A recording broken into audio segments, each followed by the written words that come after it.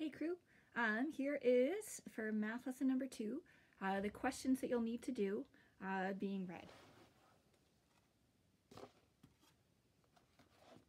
Okay, so we start on page 223. Zoom in a little bit here. Here we go.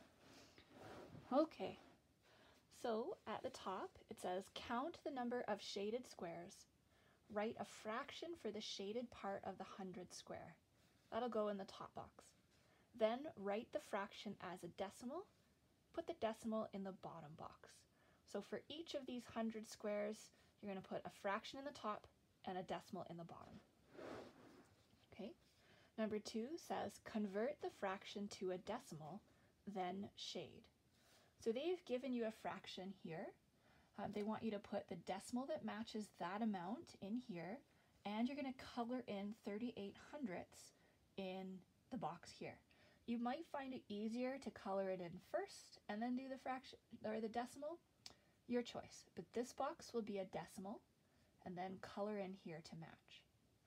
Watch out for this guy. They're going to try and trick you on that one. Question number 3.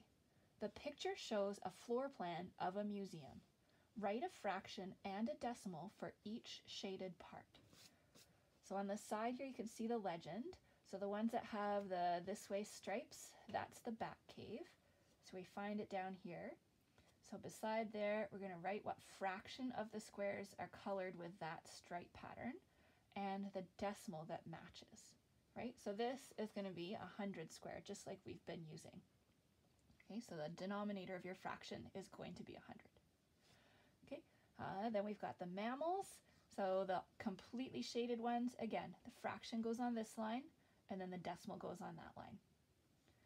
Reptiles, this little dot pattern, fraction goes on this line, decimal goes on that line.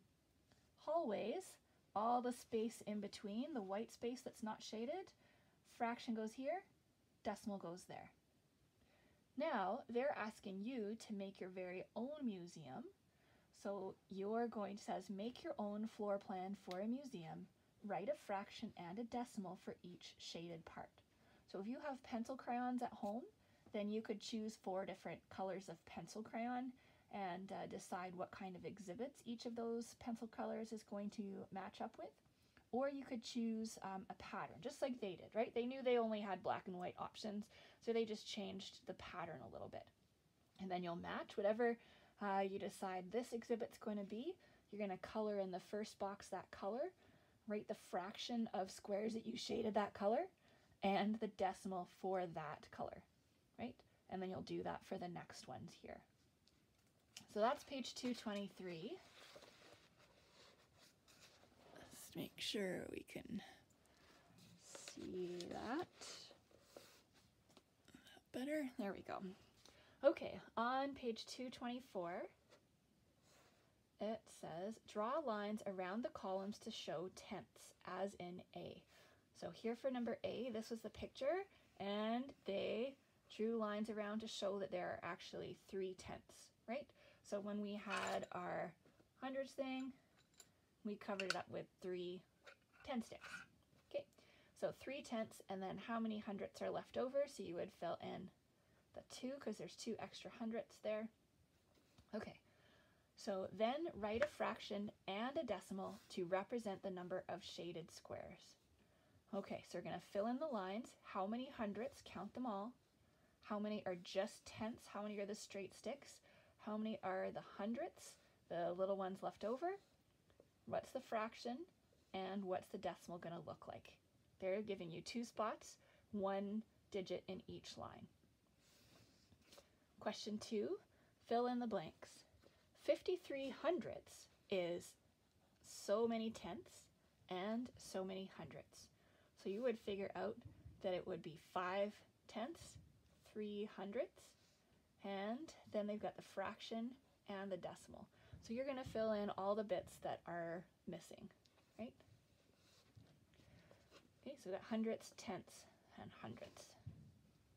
Down here it says describe each decimal in 2 ways.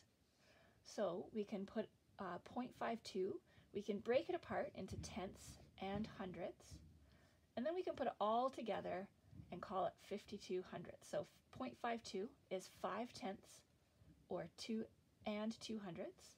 When we put it all together, we would say 52 hundredths, right? So you put this one in 0.30. The 3 is in the tenths column, so it would be 3/10. There's a 0 in the hundredths column. Put it all together, 30 hundredths. Okay? All right. If you get stuck on anything or if you have questions, again, don't be afraid to let me know.